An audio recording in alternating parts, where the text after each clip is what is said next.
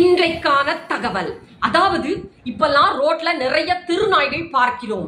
தெருநாய்கள் கடித்தால் என்ன செய்ய வேண்டும் என்ற விழிப்புணர்வு நம்மில் கண்டிப்பாக இருக்க வேண்டும். முதலாவதாக பதட்டம் அடையக்கூடாது. கடித்த இடத்தில் பைப்பை திறந்து விட்டு நல்லா வாஷ் பண்ணுங்க. சோப் போட்டு வாஷ் பண்ணணும்.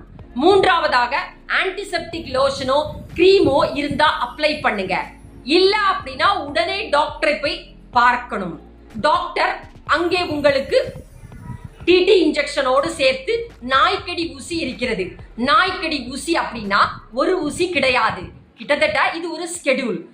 ஒரு ஊசி, அடுத்ததாக மூன்றாவது நாள் ஒரு ஊசி, அடுத்ததாக 7வது நாள் ஒரு ஊசி, அடுத்ததாக 14வது நாள் ஒரு ஊசி. இப்படி இந்த ஸ்கெடியூல் பேஸ்ல தான் இந்த ஊசி போடப்படும்.